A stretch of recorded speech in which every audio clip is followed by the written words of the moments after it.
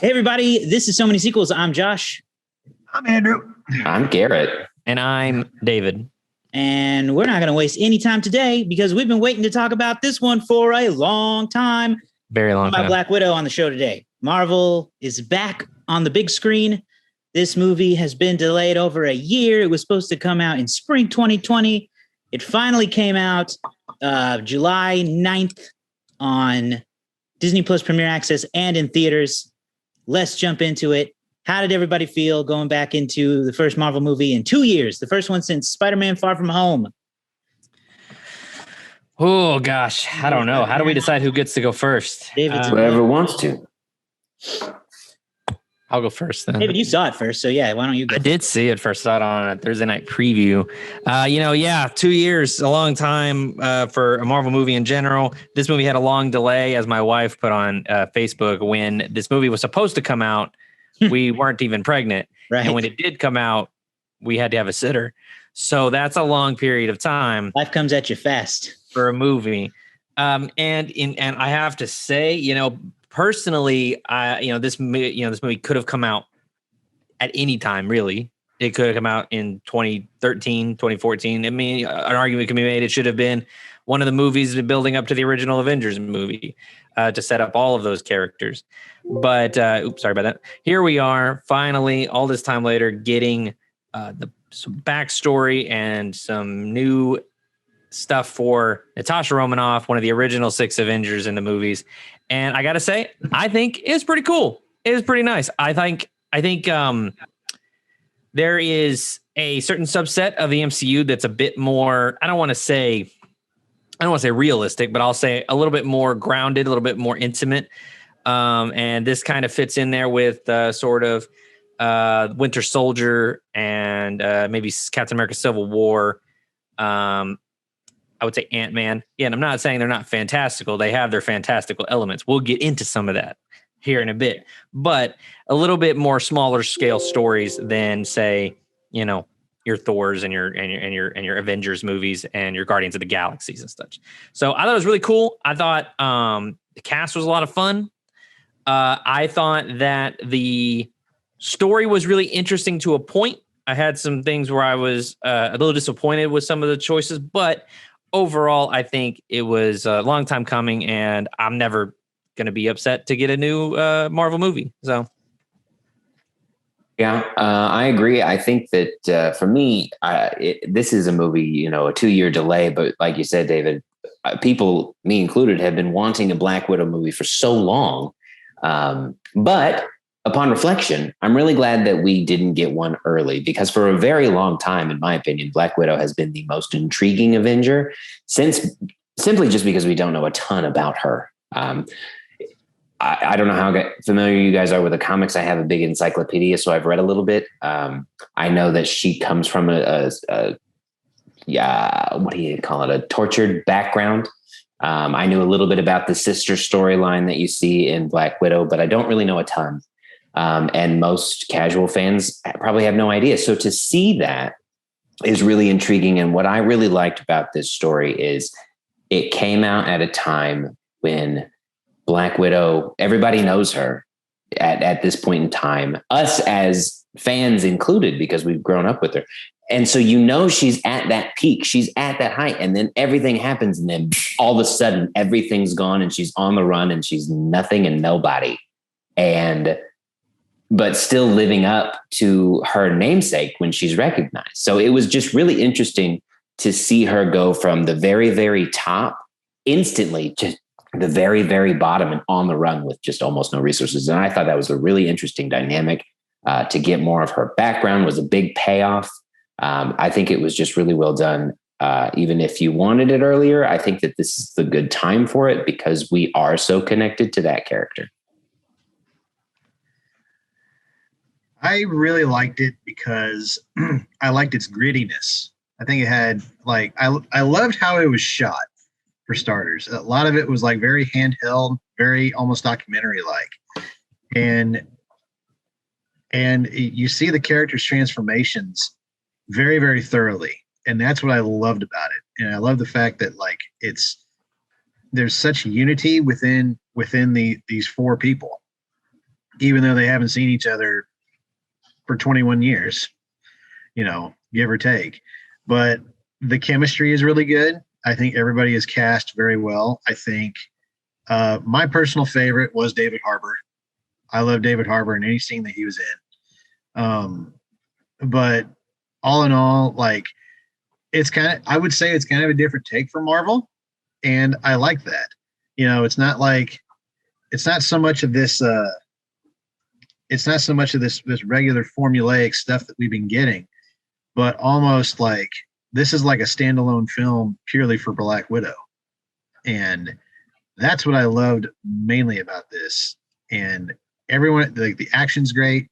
Everyone in the cast is very well done. There were some times when I almost leapt out of my seat because there were several, I guess you would call them like jump scares. Almost. You can't pull that crap when I was sitting next to you. You did fly out of your seat.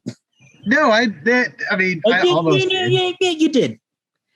Are you talking about that one almost jump scare that comes towards the end of an infamous song?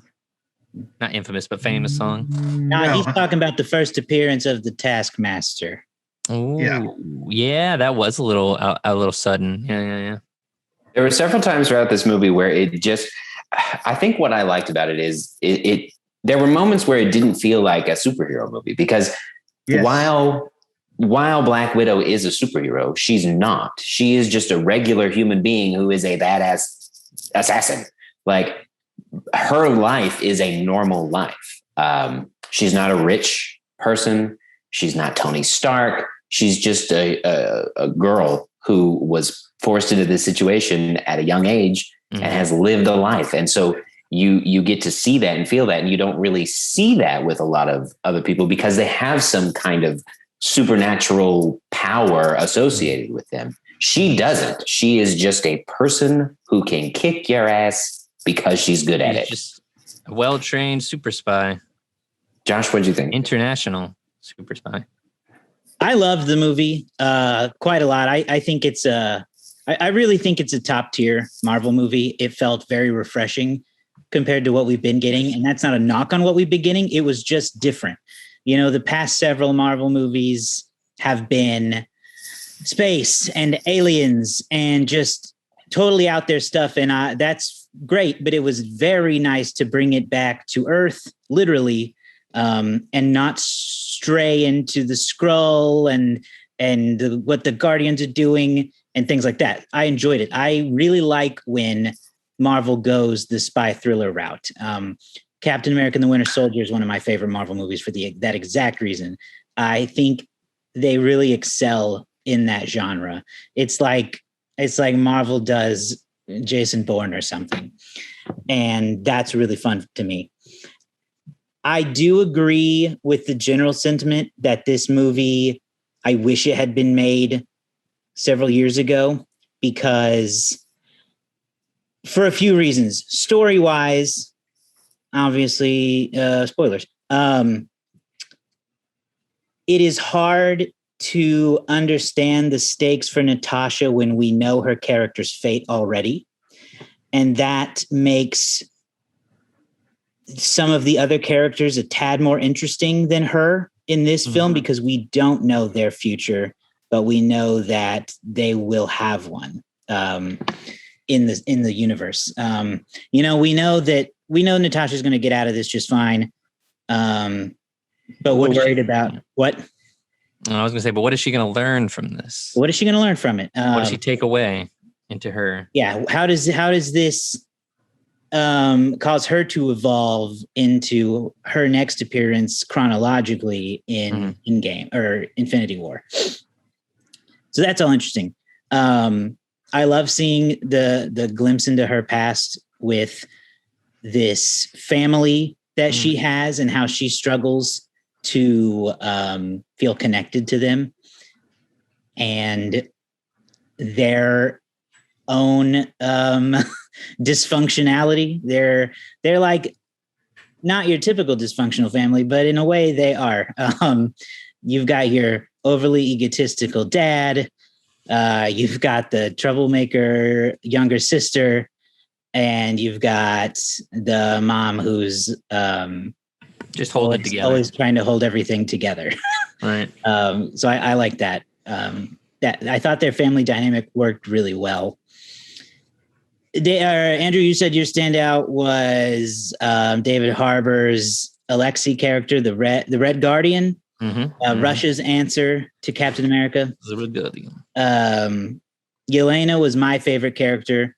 I thought she was a lot of fun. I thought Florence Pugh plays off of Scarlett Johansson really well. Like they really have a sisterly dynamic that was fun to watch. Yeah. And I'm so stoked to see her continue in the universe. But everyone was really great in the movie. I thought it was fun. It was action packed, and I wish that we could have more Black Widow movies, but because of the timeline, we cannot. At the very least, we can't have more Natasha Romanoff movies. I know, and that's what I want. It's like they finally gave us some cool Natasha stuff, and then we killed her. Well, in theory, if Scarlett Johansson was willing to do it, they could always do more. Well, that's true, but I think we also know that she's not anymore. I don't think they want to do that. No, I think she's done, if I understand correctly. I agree with you in the fact that this should have come out like just before Endgame, or not Endgame, Infinity War. I think if this movie came out before Infinity War, it probably could fit right there. It absolutely could fit right there, mainly because of the timeline, but also because we don't get a lot out of Black Widow in those movies in terms of real character development. We get, at least not in an Infinity War. We get, what her ultimate fate is, but everything we've learned about Natasha, we pretty much have already found out by the time Endgame comes out. Yeah. Yeah, I to echo what you said, Josh, I don't think there's really a weak performance in the movie. If I had to pick my favorite, it might be Alexei the pig. He was pretty standout to me. Man, it's so one of the most interesting aspects of this movie for me was how, and I think this speaks to them bringing in a director like Kate Shortland, who's not really overly familiar with the MCU, is what she's stated before, but Scarlett really wanted her to work on this project, so she comes in with a really fresh dynamic. Is they really kind of take a few moments here and there to deconstruct what Natasha's character is like, what her role is. There's a lot of mocking her style and superhero antics. And there's a lot of like conversations about like, hey, you're an Avenger, and like it's repeatedly thrown at her, like whether it be a good thing or a bad thing. Hey, we're really proud of you. You grew up and you became an Avenger, or whether it's the bad guy bringing up like, do you know what I could do with you under my sway? And I like that. While it's brought up a lot, it's not like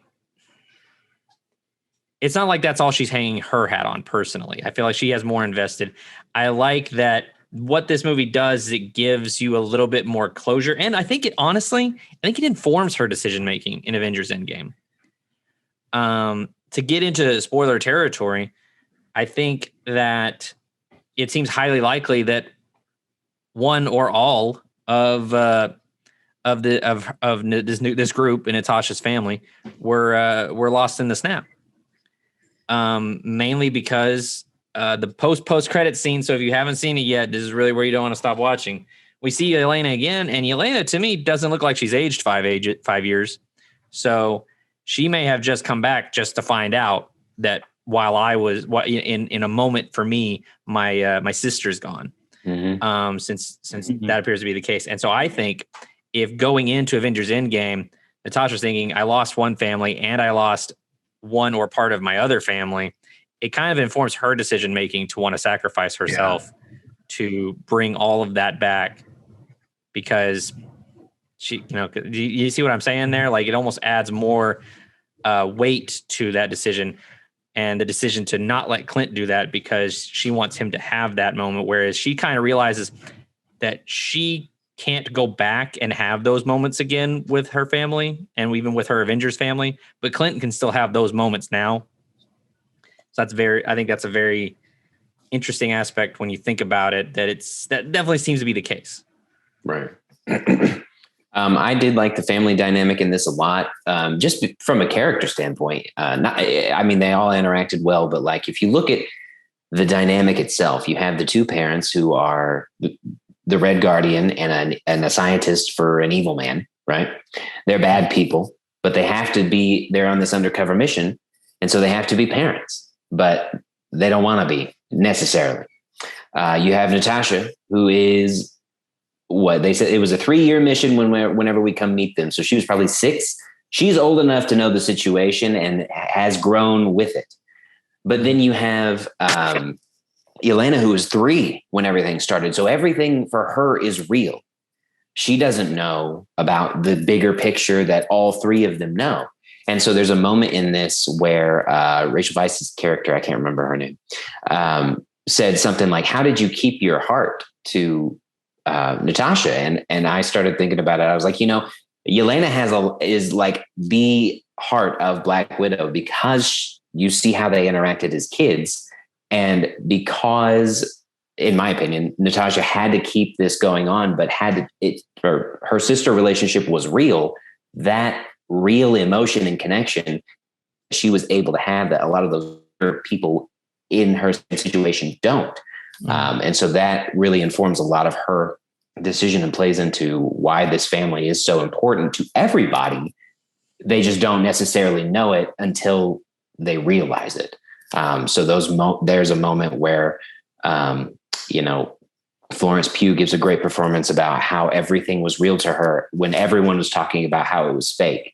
And then you have that connection at the end between Natasha and Yelena. And that is a very powerful connection too. And they deliver it so well. And it just really informs how that family dynamic works. Even if they all were like, it's nothing, it really meant something. And so that was really good to see.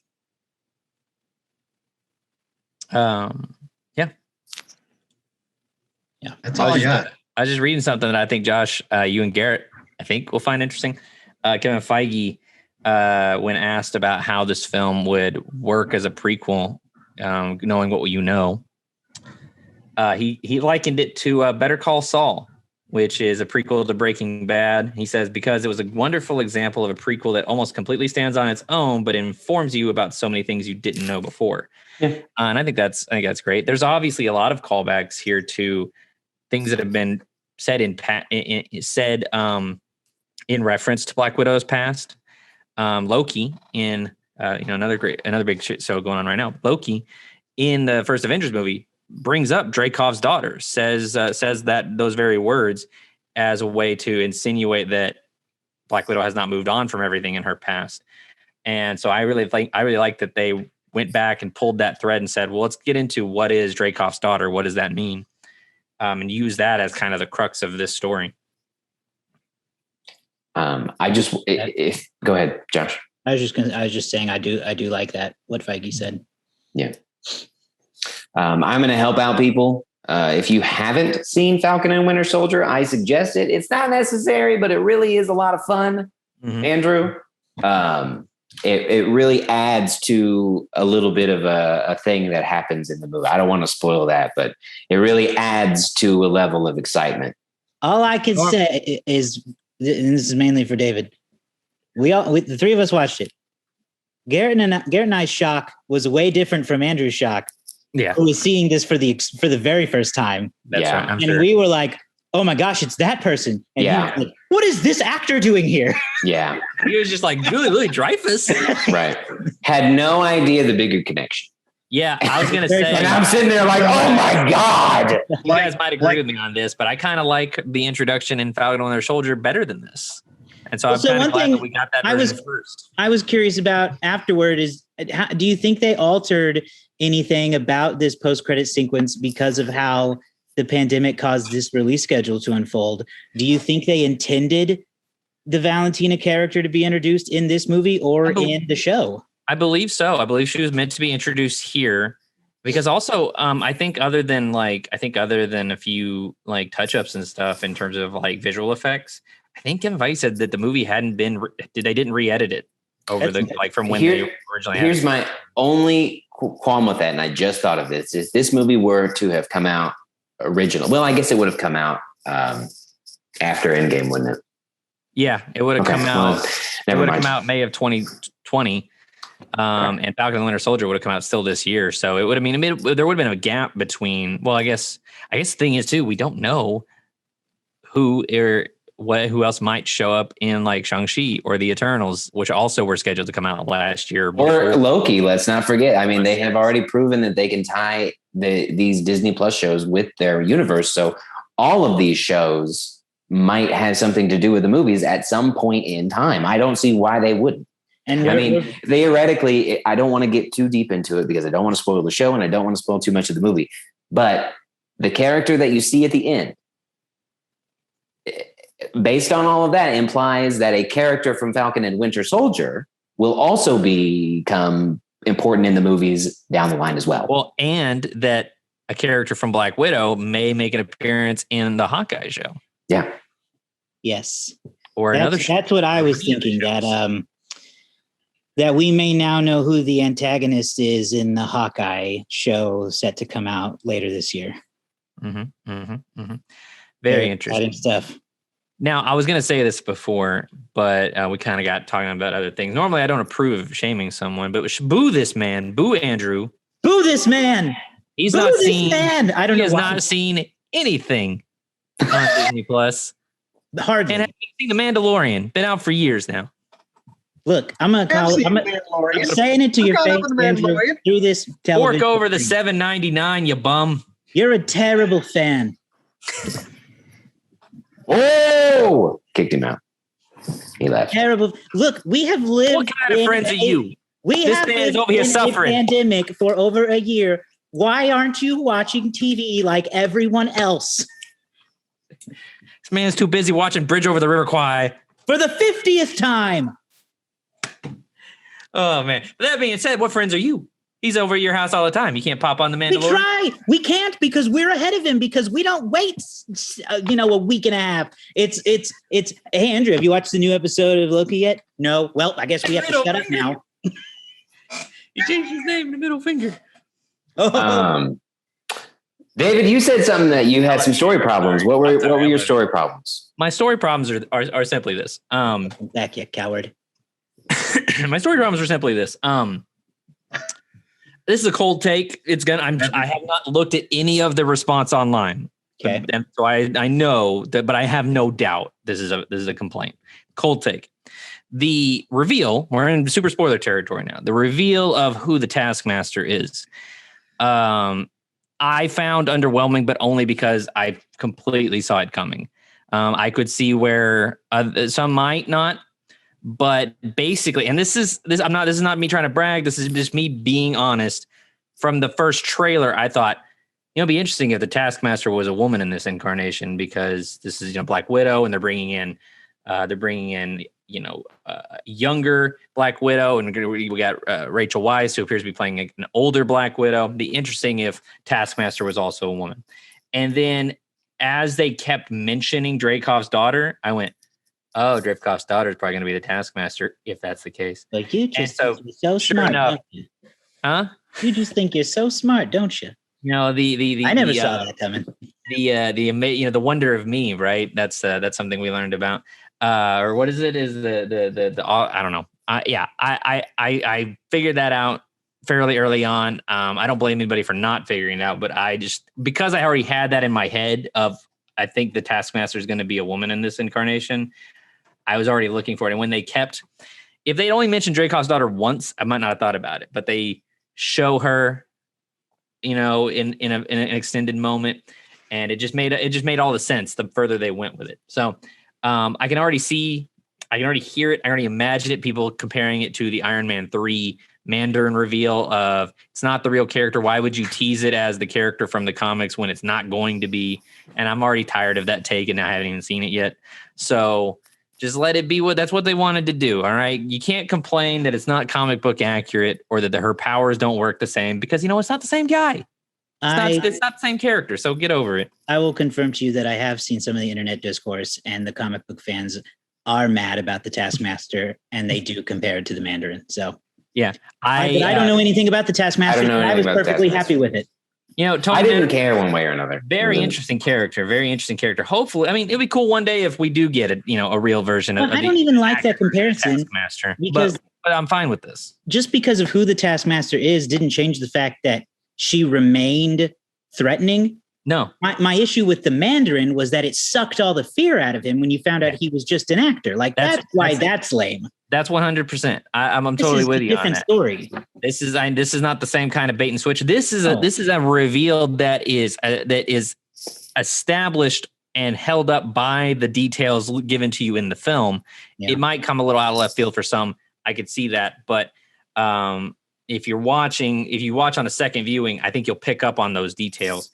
Well, and here's the deal with comic book fans. With all my respect to comic book fans, because I don't want them on my bad side, but like, this is Garrett. The casual fan doesn't know, and Marvel as a movie studio is trying to make money, and they will tell their story. And so I get that they can be frustrated and frustrating for people who are really involved in those comic books, but you have to look at it from a different perspective of that most people in this world have no idea who the Taskmaster is. I would consider myself above a casual fan of Marvel movies and Marvel stuff, but I don't know who the Taskmaster was. I'm not even confident they said the name of that character in this movie because I didn't remember.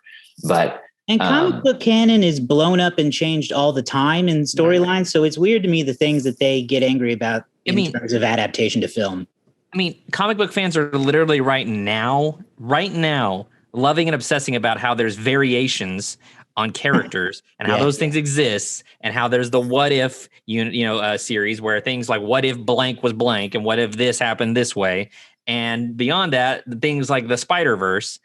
Why can't you just accept that, hey, this is this character if blank happened and these things didn't happen? Just fandoms today, they go in with a movie with an expectation, and if their expectation isn't met perfectly, then they get mad about it. All that said, I really wanted Grant Ward from Agents of S.H.I.E.L.D. to be the MCU's Taskmaster. That keep him away from everything. Never did it. Did it? There you go. There's Taskmaster. Oh, I love that comic book version. Cool. So do we have very interesting character, but we'll have to wait to see that story. And because of the universes they have, it doesn't mean that the Taskmaster in its original form can't show up at some point in time. Who knows what they have in mind? Be a perfect bad guy for Hawkeye. Just buckle up, guys. If it was everything that you thought it would be, that would be boring, wouldn't it? Mm-hmm. You would complain that it was predictable. Any final thoughts on the movie before we move on, as we're starting to run low on time here? None from me. I really dug it. I don't know where it's going to sit in my MCU list. Yeah, I don't know that yet. I'm thinking towards the middle, but I don't know if it's in the top 10. Go for it, Andrew.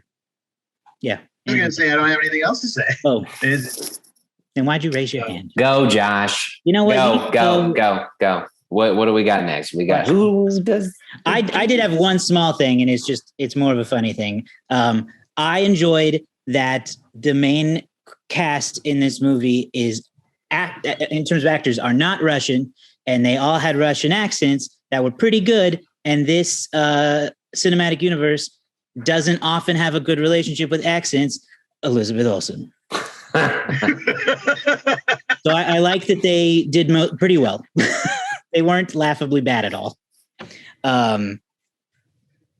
So I guess, that's it for that discussion. Let's move on to we're recording this before opening weekend is done, so I know David doesn't have the full range of stats, but you should have some Thursday night preview stats, right? Yes, I do. I have Thursday night previews brought in 13.2 million. That's the best of the pandemic, which is still ongoing, but much better now.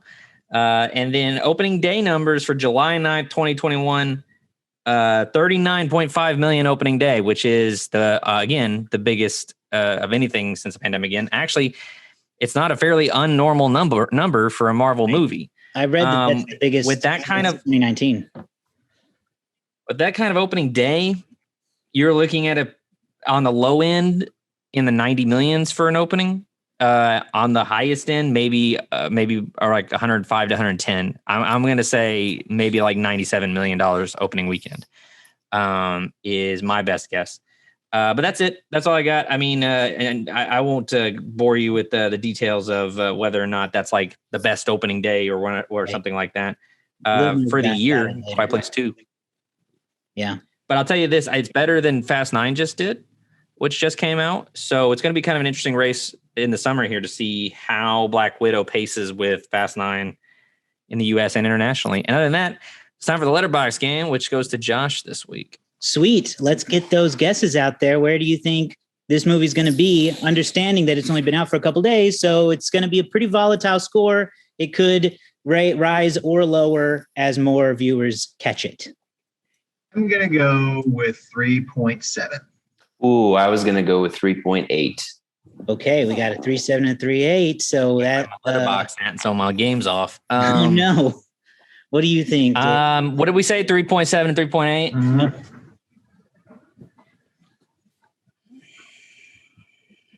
Well, it's a question of whether or not I want to go higher or lower. Right. Oh, I'm probably not correct. So 3.8. So man, I the safe bet is just go either 3.9 or 3.6. I'll say 3.6. Okay. 3.8, 3.7, and 3.6. Did I get that right? Yep. Cool. You did. So the winner this week, and it was a nail biter. It was decided at the last minute, actually. Oh, crap. Because one of you got it exactly right, and that person is David, who got the 3.6. I thought Andrew might pull it out because he was only off by 0.1, but not today, bud. Not today. Sorry, folks. You tried your best, but you can't compete with the Letterboxd king. I am the best when it comes to this game. I mean, the numbers don't reflect that because I'm tied with Josh, but in truth, I am the best. I'm living in your heads rent free. And it's roomy in there. I'm living like a king. Well, it's definitely roomy in Andrew's head. But so that brings it. Me and Josh tied with 6. Garrett behind with 5, and Andrew with 3. Andrew's about to get mercy ruled in this game. Please come back next week and watch me thrash y'all again. Yeah. Although I'll be hosting, so unfortunately I'll be thrashing you verbally as opposed to physically. Bring it. That's it. What are our scores? I'm gonna give it a 4. Hard for me. I'm giving it a 4. This is a 4. Okay. Oh gosh, that's scary because I want to go a little higher. I'm gonna go 4.5. I can't quite. I mean, honestly, it's a 5-star movie as far as entertainment, but I think when I factor in everything, I will settle at 4.5 begrudgingly. Mm-hmm. Yeah, it was a 5-star experience, I think, but I think I need to see it at least one more time before I can make the call of if I believe it is a perfect movie in my mind. So I will also go with a 4.5, giving us a 4.25 score. Yeah, that's not too bad. Nope, I think that's pretty good. It was exciting. Wow, it's exciting to talk about Marvel again, huh? I know. Eventually, we're going to have to do that big tier list, that big official list of how we rank. I don't know if we should aggregate it or if we should just look at what each of us have put together, or maybe just the top 10. Who knows? Yeah, I think the top 10. We'll have to have one of our old roundtable discussions where we just kind of duke it out and make a list among the 4 of us. Is it a Marvel movie? No. Is it a Marvel themed? Yes. Yes. We got to do it with Marvel and with Pixar, like we talked about when we reviewed Luca, which you can find in our podcast feed. But that wraps it up for us this week. Find us online on all your favorite social media apps and wherever you get podcasts and YouTube. You can find all those links at somanysequels.com. Go check it out. Let us know what you thought of Black Widow. Go see it in a theater. You're gonna want to see it in a theater. So go do that if you can. All right. Bye.